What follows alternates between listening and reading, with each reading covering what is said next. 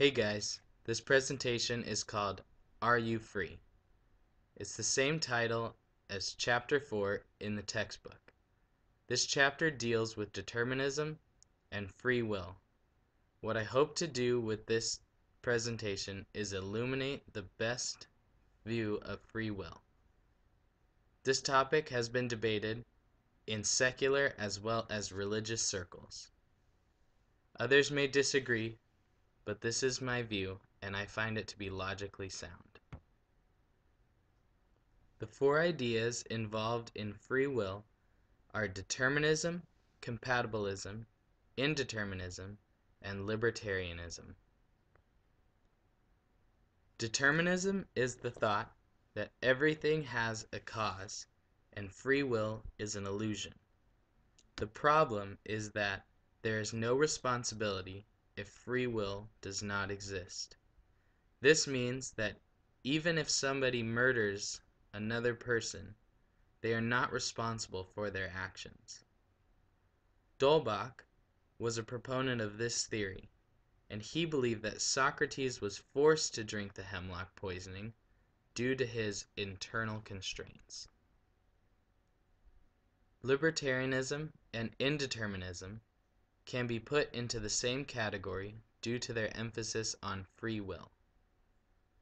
Libertarianism views that we are known by our choices. This is a view also known as existentialism. Indeterminism simply states that free will is due to actions being random. The problem with these views is that they don't add involuntary actions to their ideas. The simple example is that if a person touches a hot pan on a stove, that person will move away from the stove. Without making a choice, this person will involuntarily move away. There are even more issues with determinism and indeterminism when a biblical point of view is used as a lens. Determinism can't always be true. If it is, then one has to assume that God forces people to sin. Indeterminism eliminates God from the equation of current life. It may be compatible with a deistic God, but not the God of the Bible. The libertarian view completely goes against the doctrine of predestination that is presented in the book of Romans. Compatibilism takes these two extremes and synthesizes them into one view.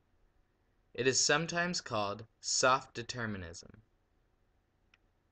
It takes into account that causes do have effects, but that choices can also be made. Two proponents of the compatibilist view are W.T. Stace and Daniel C. Dennett.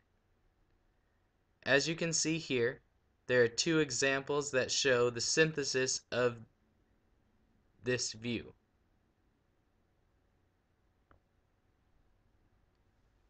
Dennett is a philosopher that focuses on evolutionary biology and cognitive science.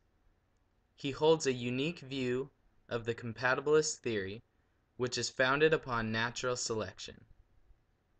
He grounds his research on the empirical data of the human mind and believes that there is one future and that choices can be made that lead to that future.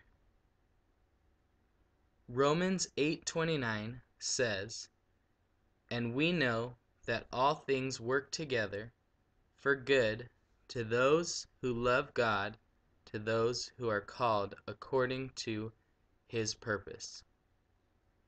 Deuteronomy 30:19 says, "I call heaven and earth as witnesses today against you, that I have set before you life and death, blessing and cursing.